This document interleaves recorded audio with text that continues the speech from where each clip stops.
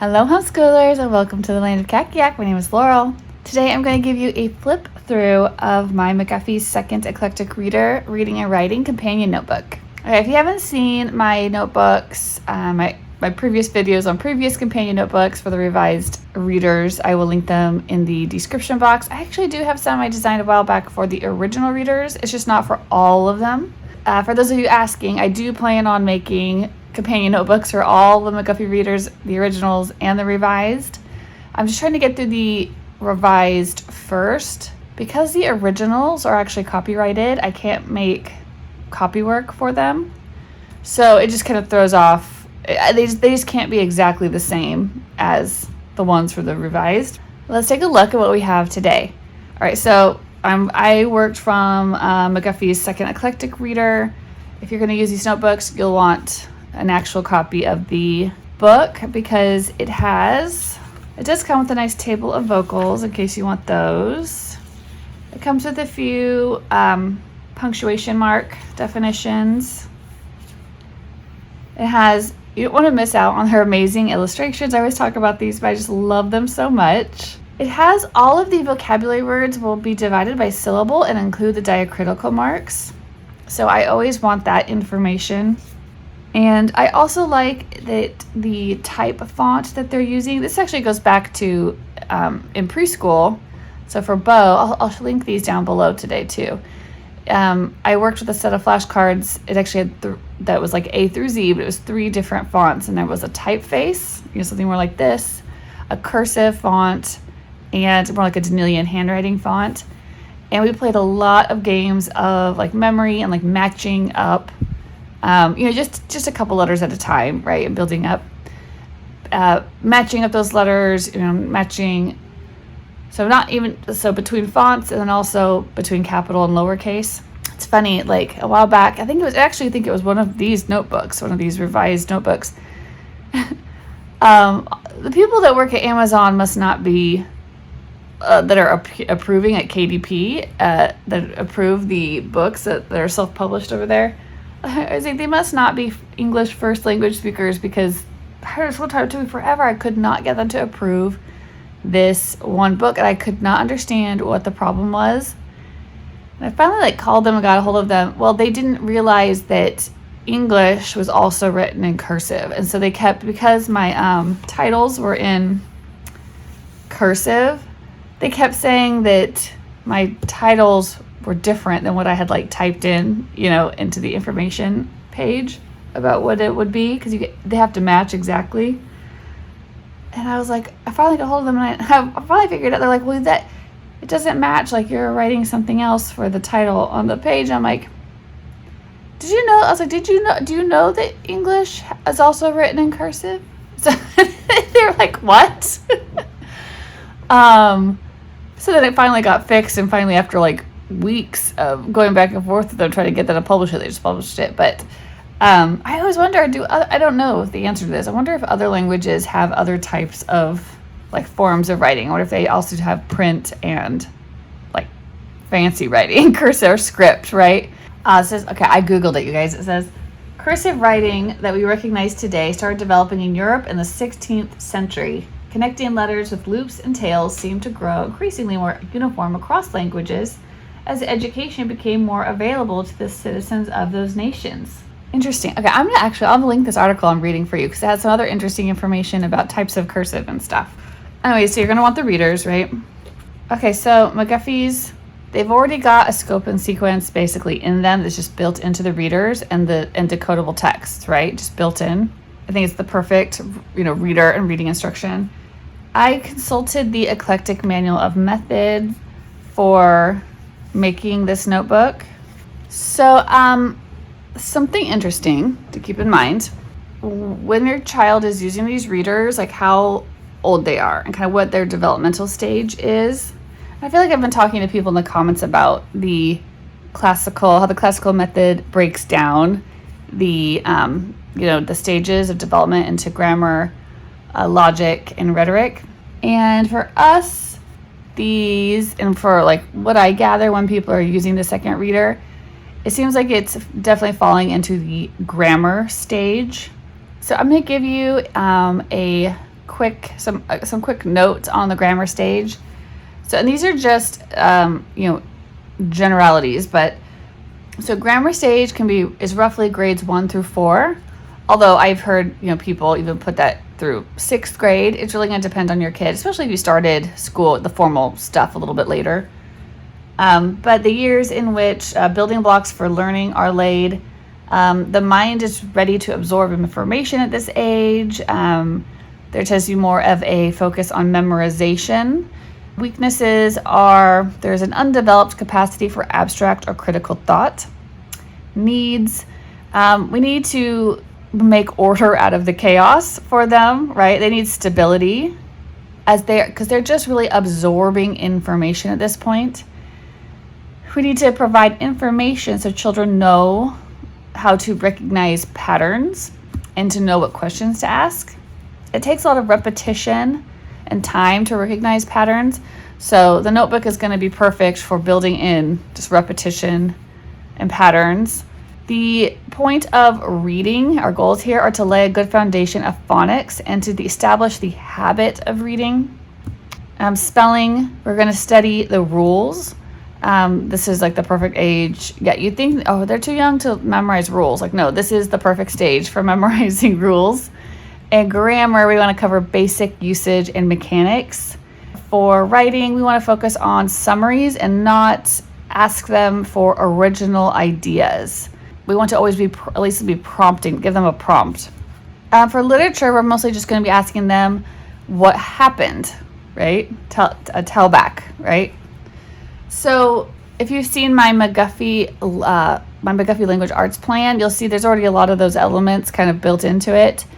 I will share it down below with you as well. People have been asking if, do they need my McGuffey plan if they're going to use the notebooks? Probably not. I feel like you could do one or the other. The plan is going to have listed in it more. It's just slightly different. It's basically covering all the same stuff, but just in a slightly different way. The point of the notebooks is to have something that's a little bit more all-in-one, but I also feel like it's a little bit more generalized and open-ended at the same time versus the McGuffey plan gives you specific resources and specific practices more. Yeah, it's just really a preference. I've taught one child with my McGuffey plan and the other one, my younger one, I'm moving towards the notebooks. So, all right. So when they say in here, they just make a note, but each passage, each lesson they're reading is in itself instructive. So these are not just throwaway twaddle passages, and this is what really drew me to them in the first place. They're intellectual or moral, and the kids, it's going towards building up their worldview and patterns and them seeing how the world works. So it's not all child. I mean, most of the characters, there's children in all the characters mostly. There's all the characters. There are children involved in every passage, but it's not just childish passages in the sense of Susie, played with the doll and it was fun. But that has no, the authors are saying actually nothing to the children. These are actually instructional morally and on just certain subject matters, just to give them more information about the world. So they say the first object is to lead the children to think for themselves and to produce as much original work as possible. I guess this is where I disagree with the manual. I think that is pushing, original work is pushing too soon at this stage. So you're going to see that reflected. I'm not asking in the notebook for original work.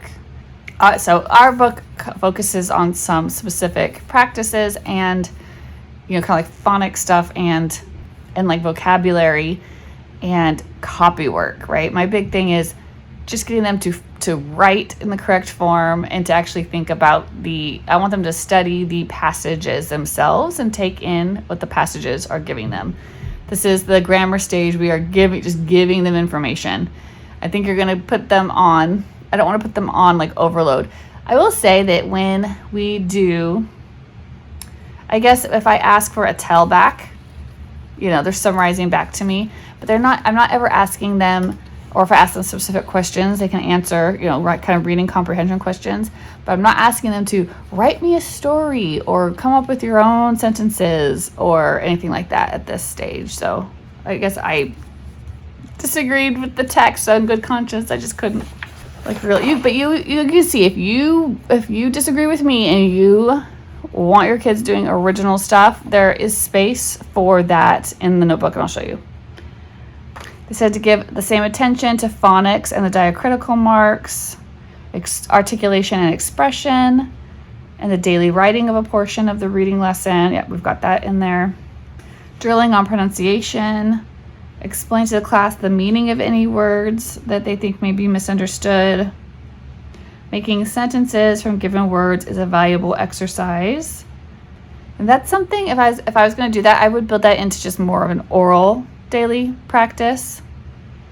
The abbreviations. Okay, so then it goes into the lessons. It breaks down the lessons, and anything that they had a note in here from the manual about a specific lesson, I'll show you. I put a little red star because not every single lesson has a star, so that you can come back to the manual and you can see what they're saying.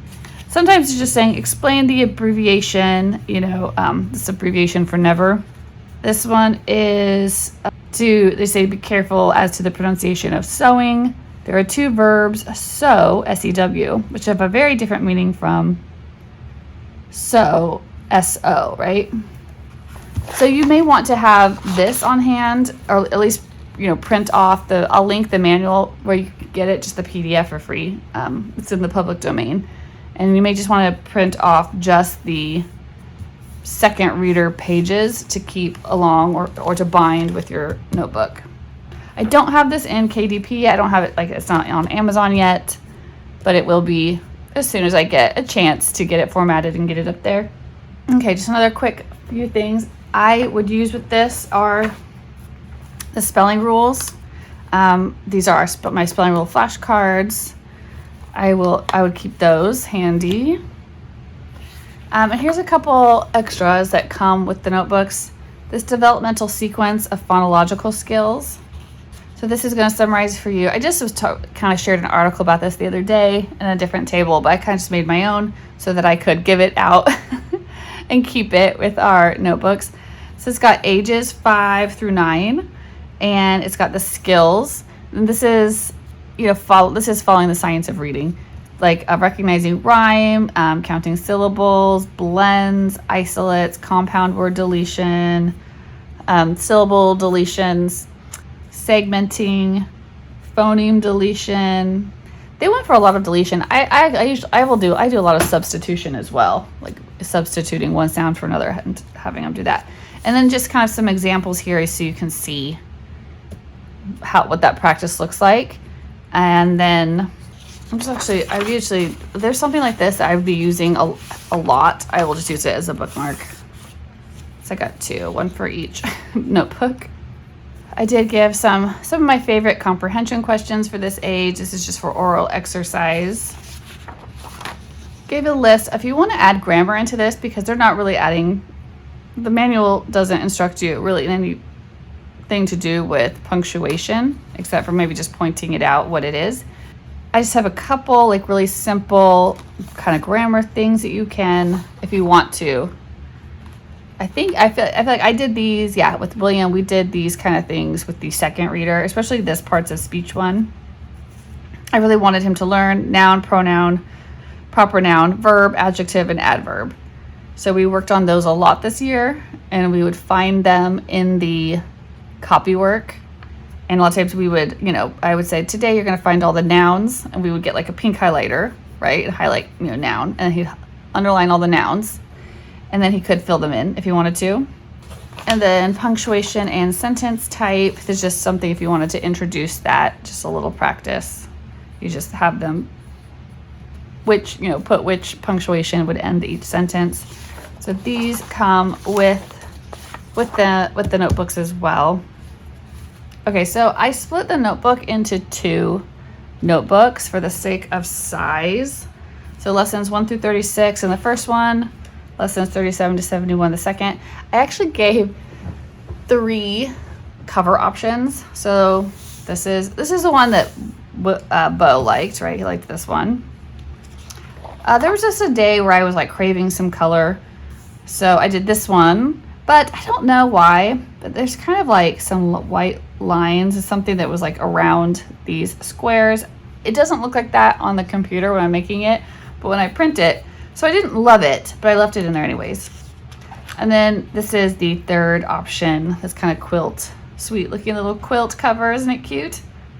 So anyways, you can pick which cover option you prefer, or let your kid pick. Okay, so let's look at notebook 1. The only real difference is the size of the font between the two. It'll change. And of course, the passages are getting progressively longer, a little more complex. Okay, so we do have a suggested schedule, and this is over 5 days. I think in the second reader, 5 days is probably about the right amount of time, but feel free to stay longer on a lesson than 5 days. If it's taking a lot longer than 5 days, if they're really struggling, you might want to consider going back. Like I might go back to the last review lesson and have them read that one again, do that lesson again, and see if there's something that they've forgotten or that they didn't really master. Sometimes they're just memorizing the words, just because they've seen them a lot that week or something, but they haven't put it into their long-term memory. So you may need to go. I always would hop back to the last review, stay there until it seems like they've got all the individual parts mastered. I want them to have mastered the individual phonograms, and be able to read all the things at the word letter level, and to be able to manipulate the words a little bit, to do some of those phonological awareness activities. And I'd like them to be able to spell the words, especially at a review lesson. I'm personally not super strict about them 100% being able to spell every single vocabulary word perfectly, but by the time we get to the review lesson, I do want them to be able to spell them correctly at the review point. So I'm going to give you instructions here for the very first day for analyzing the vocabulary words. Day 2, drill the vocabulary words for proper pronunciation and meaning. Have the student read the passage aloud. We're always checking for proper speed, proper articulation, proper expression. The teacher should point out any new punctuation or grammar introduced and briefly explain it. Keep in mind to your child's developmental stage. Ask them to tell the passage back to you. Then have them complete approximately 1 page of copywork. You can be flexible on this. I'm just, this is my general guide. Check for handwriting, punctuation, spacing, and accuracy. And I'll give you some tips for copywork when we look at it. Okay, day 3, drill the vocabulary words or consult your developmental sequence of phonological skills. That's this. Let's say I am using this second reader with a 7-year-old. Let's say they're 7 when they start it. I mean, you can practice any of these skills that come before, especially if you haven't been doing them before. You might want to just start at the beginning and work your way up until, when they've mastered one skill, then, check it off, right? And then you can put the date on it if you want to say when they mastered it, and then start moving forward. But let's say I've been doing it, right? I'd be looking at my 7-year-old, maybe my 6.5, 7, 8, and, make sure that these are practices or little exercises that they can do with you. So pick which one that you think works best with your child, with their state, what they've, mastered, and with the word list. So have the student read the passage aloud for the second time and discuss the moral or edifying information, right? Sometimes they're teaching you a moral like generosity, right? Or charity or kindness or something. Or they're just teaching them about something like, they were teaching them about the Swiss mountain dogs that would go out and find people in the snow. They're just sometimes they're just telling them about stuff. Okay, the student completes a page of copywork and the teacher checks. Day 4, drill the vocabulary words or pick another phonological or phonemic awareness activity to apply to your vocabulary list. Have the student read the passage aloud or independently. Follow up with 1 page of copywork. And I do have also, if it's helpful for the drilling, I do have flashcards for all the vocabulary words for, I think I have it for the primer, the first, the second, and the third readers. Okay, I don't have a set at hand. They're all put away right now, but they will look something like this. These are Williams spelling flashcards, but they look the same, but the same size, which I liked the small. It makes them easier to play games with when they were smaller. I specifically formatted these so that we could play like, memory. But you're working on your desk or whatever. You don't have that much room. So anyways, I would recommend getting the flashcards to help you drill. And I consider drill like playing a game of, you can play a game of memory or a game of Go Fish, because it makes them, they have to read it, right? Anything that has them like reading it out loud. Something that we used to do with the kids when they were really little, I used to do this with math facts with William, but you could do this with words too, is if you have flashcard sets, and if they flip a card, right, and they say it, they read it correctly, you can give them a block or like a Jenga set or something. Or you could play Jenga with them. You could, anyways, you could build up to something. You see how high can you get your tower, right? Just give them something to do. Or you could play like Jenga. I'll link my favorite little Jenga set for you. If they get it right, they get to, pull a piece out, and then you can just play with them, right? And it just kind of adds an element of fun. It does take a little bit longer to set up a game and play a game, but sometimes it's fun just to like change things up so they don't get bored. So you may want to I always work games into our weekly like reading schedule. Okay, I forget where I was, but we'll go day 4. So drill the vocabulary words or pick another phonological or phonemic awareness activity to apply to your vocabulary list. Have the student read the passage aloud or independently and follow up with 1 page of copywork. Day 5, dictate the sentences that contained the vocabulary words in them, like from the passage, right? Mistakes are to be expected. Don't freak out. They're going to make mistakes. It's okay. You don't have to do all the words. Just pick the ones that you think are the most important. I like to do ones they know and that are new to them. So I like to do both so that they're getting some like, oh, good job. Perfect. You knew that one, right? But then also make sure you're getting in the ones that they didn't know to practice. I don't want them to give them all the ones necessarily at this young, tender age, all the ones that they've been getting that they don't know, because I don't want them to get them all wrong and feel defeated. So give some ones in there that they can build some confidence, set them up for a win as well. Discuss your and your students' favorite parts of the passage. This is the last day. This is fun. They've read it like 4 or 5 times. Just have them talk about what's their favorite part about it, right? We've talked about any moral or edifying information already. They've told it back to you already once. So what's their favorite part? And the student may illustrate the passage as a whole or part, like what their favorite part was. And I just made this note here that red star indicates the teaching note in the eclectic manual of methods for that lesson. Okay, so let's look at the pages I made for you. So I had this here, right? This is my bookmark, but I'm gonna put it to the side. So it is nice for day 1 for you to, there's a couple ways you can do this. You can write, like if you have another piece of paper, you can just write next to them and they just copy. Or sometimes I just do it on their paper on the left side, the words for them, and then they just copy it, right? They can copy it afterwards. But just so you're talking through, this is like the teaching, this is like the heaviest lifting that you have to do all week is on Mondays, like on the first day of a new lesson. Okay, so lesson 1 is evening at home. Let's look at it. And they give you quite a few words. Work on my left-hand side. And I'm just going to show them this is a newspaper. News. I do this for my syllables. Pay. Per. Their syllables are marked by just having a space. Newspaper. You can see their diacritical marks. I would walk through with them. Right here is the digraph, oo. Pay, it's a long A, open syllable. That's an R controlled vowel, right? You can write RC, it's R controlled. So there are 1, 2, 3 syllables. And you can, if you want to, if it's probably practice, clap those. Newspaper, right? Or you can do the thing with your chin, because every syllable, you probably already taught them this maybe by this point, but if you haven't, every syllable has a vowel that you hear but it also has to have a written vowel, which I think is where we get the ER combination, right? That E is a vowel.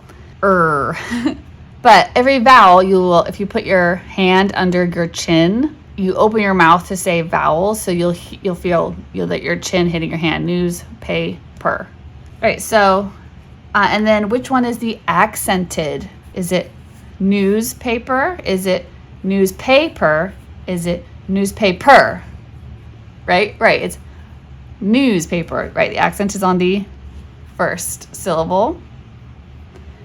Now, if there were any, I would look if there are any spelling patterns or spelling rules or kind of like phonics rules. I kind of already did it where I underlined, but this is a open syllable, right? So I might just point out that this is an open syllable, which makes the vowel long. This is also you can say this is also a compound word, right? It's news and paper put together. Technically, S is making its second sound here, news. So if you want to, they do this little mark in the book like that. Sometimes I just like to write a 2 over it, usually for it's its second sound, because that's how I taught the kids. We taught S, we said S, Z, right? So S can say Z when it's not in the first sound of a word. That's actually one of our spelling rules. So this would be the day, and this is what I'm saying. And you could stretch this out over 2 days. It really depends. Or I would look through I think this is an older set. I've made extra notes on my cards over time. So going through these, and I know it seems like tedious, but this is what helps them memorize their spelling rules, is they are constantly reading them, coming back to them. Is it a wise exchange? No. Is it a person's name? No. This is rule 27. When S begins a word, it uses its first sound, S. In other positions, it can make its first or second sound, Z. Most often it will spell S. But we're like, this is the rule 27. So it can make the sound Z because it's not in the first position. So we want to say we also saw rule 27 in there, right? Yeah, since this is open syllable, maybe I should put OP for open syllable. This is news. This is a D for digraph. It's dominated by the digraph. And this is the R-controlled syllable. If you haven't taught your kids the syllable types, I would start teaching them. I would just start teaching them as they, when they get at least at the second reader. There is a resource that actually would be really good to do over the summer, or just to do in place of like spelling and stuff like that for a while. I will link it for you in the description box. It's by Learning at the Primary Pond. And it will take you through you will learn the syllables yourself, and your kids will learn the syllables with you. I mean, you'll learn them better than they do if you go through it together. And then, now that you have that information, they've seen it before, now you can start applying it to your reading lessons. But it'll teach how to divide syllables and stuff like that, which I always give you those division rules in all my McGuffey's spelling books. But if you haven't used my McGuffey spelling books, so I don't know, if you haven't already taught your kids beforehand about syllable types, you may want to start now. We're not asking them to divide the words up into syllables themselves quite yet. We're just showing them the different syllables and pointing out what type. You may want to teach them separately. It's up to you. My kids, we did, personally, we've been doing syllable division with our McGuffey spelling program. This is not going to be like a brand new concept to them, but if it is, just slow down and just teach them the syllable types. And if you feel intimidated by that, because I know I wasn't taught that at school, they just had us clap. That's all that we ever did. But I think that the syllable types, I just feel like it helps with reading. It helps me understand, why does this say pay and not pa? Because it's an open syllable, and there's actually a syllable rule about that. If you need help with syllables and like teaching syllables. I'm sure there's tons of stuff I'm sure you can find on YouTube of people like teachers and stuff breaking that down. But if you want me to help you guys with it, like leave me a comment, ask me what you need help with. I'll see if there's something I can give you that's helpful. Okay, so there's newspaper. Let's go across. Next one is cold. Old. And I would say old, old and ild, right? Those are like welded sounds. So I give them the little rainbow. They know what cold means. It's one syllable. That O is long. Order. Order. Right? It's two R-controlled syllables. Seam. Right, we have a vowel team here. It's one syllable, but it's a vowel team syllable. Through. Okay, it's one syllable. This O is saying ooh, which is interesting.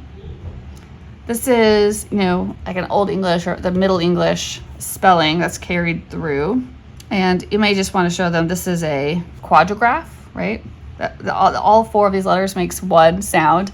And this might be something that if they haven't seen this yet, this would be something that they've probably seen it and they probably saw it in the first reader, but just in case you're starting them in the second reader or something, if you're running into phonics things like this, phonograms that they are not familiar with, then I would grab your Phonics Made Plain flashcards or some other type, or your Alpha Phonics flashcards, and you could start making a phonics, like a phonogram review pile that you could add on to your daily drill you could start with. Stock ings. Oh, I forgot to say order, right? The accent. Seam through. Okay, stockings. The accent, is it stockings or is it stockings? It's stockings. The accent is on the first one. It's a short O. It is a closed syllable. Sorry. So the word is, it's stocking, but with a plural, right? Ing is another welded sound that stick together. Stockings, two syllables. Oh, I forgot to mention, as you're talking about this, writing another part of speech, newspaper, right? That's a noun. Cold, that's mostly an adjective, although sometimes it's a noun. Order, again, that could be a verb or a noun. We haven't seen how it's used in the passage yet. Seam is a verb. Through, okay, I had to look this up. It could be a preposition, an adverb, or an adjective. It just depends on how it's used. Stockings is a plural noun. Okay, so I think you get the idea. We're just going through and explaining the vocabulary and making notes for them. Or you could be doing this on your own piece of paper and they are copying. Like I said, some of these lists are pretty long. So that's why I have like 2 whole pages. So feel free to do some and then move on with the lesson and then do more the next day. All right, so let's say you've analyzed all the vocabulary words, right? And read the passage, they tell it back to you. Let's say this day, you want to do your right pile, wrong pile for your vocabulary words, right? You can drill that way. And you can drill for meaning too. You can have them read it to you, right? Say it correctly. And you can also ask them, what does it mean? And then have them do, you could have them do a page of copy work. You can also have them go back. You can have them find, right? You can be doing this, the grammar practice here where you're having them find a part of speech. Like find all the nouns, find all the verbs. I usually start with nouns and verbs, right? Because that's like the building blocks of our sentences. So these ones, this book, okay, so it's still you can still have them trace if they need to, right? If they, I like to have them, it is, right? They just are following their eye down and trying to copy it as perfectly as possible. And I've talked about this before, but then you're going to do the right color, wrong color, the 2-color method. And I love the space under here. It lets me star every single thing they do correct. Every single space, every single correct spelling. If they really form a certain letter really beautifully, I give them a big star, right? And I have them go through it with me. And then in a different color, if there's corrections, right? We make those corrections. And that will help me later on when I get to it. Okay, so you're drilling, right? You're drilling, you're reading, you're just having some kind of discussion about the passage. You can ask them comprehension questions if you feel like this is more helpful, or sometimes just waiting until the last day. You can use it on the last day. Okay, so what we get to, say the first lesson, and the last day is dictation and discussion. So this was the day that we dictated to them the sentences that contained their vocabulary words. We talked about that. And you see, I didn't give lines enough for like every single one. So just pick some. Discuss what your guys' favorite parts were and have them draw a picture. So this one, I started doing, I didn't worry about it at the very beginning, but I did start getting into, right, you're going to start pointing out things like dialogue and how when people switch who's talking, if you haven't already gone over this before, or if you have, it's worth repeating. How can you tell that somebody else is talking, right? Well, when they close the quotation, you know that person's done talking, and if it starts again, you know somebody else is starting, even before you get to their names. And that we put them in their own little paragraphs. I did do some combining of sections from the reader, because the reader will pull things out too much, I think sometimes. I think it's just because they're trying to give them equal amounts for writing things down. But I wanted them to see things how things are actually written and how you actually write, and also for the sake of space. I did condense some of them into like more larger paragraphs. I did keep in the cursive. Okay, so what you get to is I started putting in extra practice where there was space. So this would be extra practice is where I would be doing either having them, I would probably be dictating the words to them, like giving them kind of like a little impromptu spelling test to see where they are, and then, whatever, have them do the corrections over here. Or I'd be working on these phonological skills. This might give me a place to kind of write, what we're doing. And a lot of these are, I think most of these, the examples are given just in oral form, but you may want to kind of record what you did. I always am noting down in our notebooks what we actually did. So if I'm like, what did we do? What did we do this week? What have we already done to practice this, right?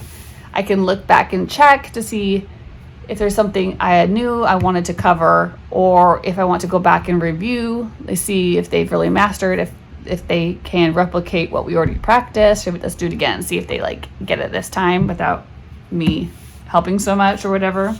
I really feel like teaching reading is kind of intuitive between the teacher and the student.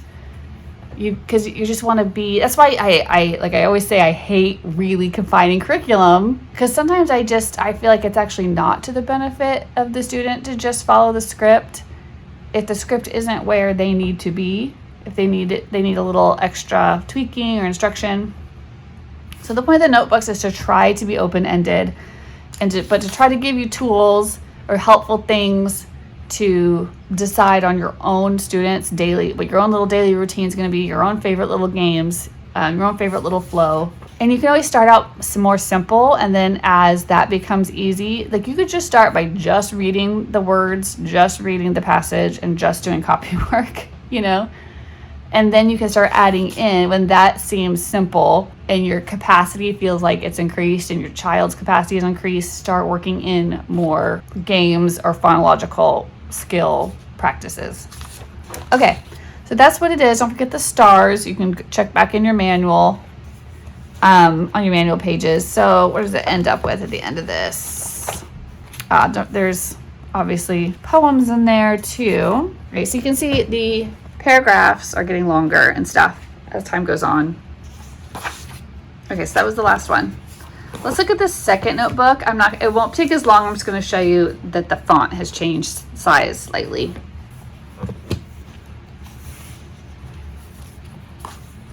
Okay, it's just the suggested schedule. This is all the same. Okay, this part's the same. You're analyzing words. Okay, so the font has gotten a little bit smaller, and some of the lines have got just a tiny bit smaller. my goal is for my student to be writing just on regular lines by the third reader. So that's what I'm moving him towards here. This thing's getting a little bit smaller. Analyze and drill, read, copy work. So there will be, here's where it made sense for there to be a whole page of extra practice, leave a whole page, and then the dictation discussion page. That's usually going to get a whole page like this when you come to it. Sometimes it's going to be shorter, like this. So sometimes, because what I want is, I have a certain layout I want, but so sometimes the extra practice is going to be a little bit shorter. This is just more for the sake of the layout of the lessons, and then this will be on the side. I want them to be able to look at all their words together like this. So, okay. So yeah, the only difference is font size and line size is slightly smaller for the copy work. Okay, so you have 2, right? Notebook 1, notebook 2, and this is going to last you so long. This is 36. This is a whole year's worth of weeks. A whole year's worth of weeks. So this will last you 2 whole years. What do I suggest? Okay. I suggest using this to do extra phonological practice. I suggest the reading rules. You need the book, and I suggest the vocabulary flashcards, and printing off those pages for the eclectic manual methods, just so you get the little notes that they gave you on the lessons. All right, I will link everything for you in the description box. Let me know if you have any questions or even suggestions. I'm always looking to improve, and you guys have good ideas too. So feel free to share, and I'll talk to you soon. Bye.